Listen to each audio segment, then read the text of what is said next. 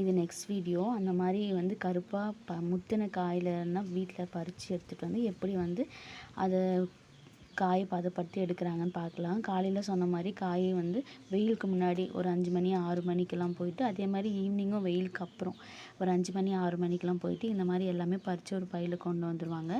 அதுக்கப்புறமா எல்லா வேலையும் முடிச்சுட்டு ஆஷெல்லாம் ஸ்கூலுக்கு அனுப்பிட்டு, அதுக்கப்புறம் டைம் கிடைக்கும்போது எங்க அப்பா அதெல்லாம் கொண்டு போய் வெயில்ல உணர்த்தணும்னு வச்சிருந்தாரு.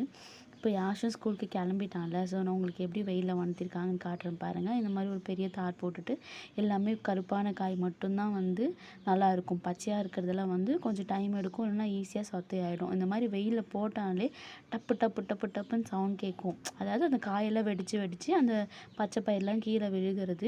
இந்த மாதிரி ஒரு 2 நாள் நல்லா வெயில் ஆன பிறகு அதை அடிக்கிறது. அதை நான் நெக்ஸ்ட் வீடியோவில் காட்டுறேன். சார் ஸ்கூலுக்கு போயிட்டு வந்துட்டு நான் சைக்கிள் ஓட்டுறேன்னு சொல்லிட்டு ஓட்டிகிட்ருக்காரு.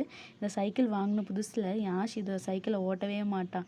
ஆனால் இந்த சைக்கிளுக்கு இப்போ வாய் இருந்துச்சுன்னா பயங்கரமாக அழும். ஏன்னா அந்த அளவுக்கு ஃபாஸ்ட்டாக ஓட்டிகிட்ருக்கான்.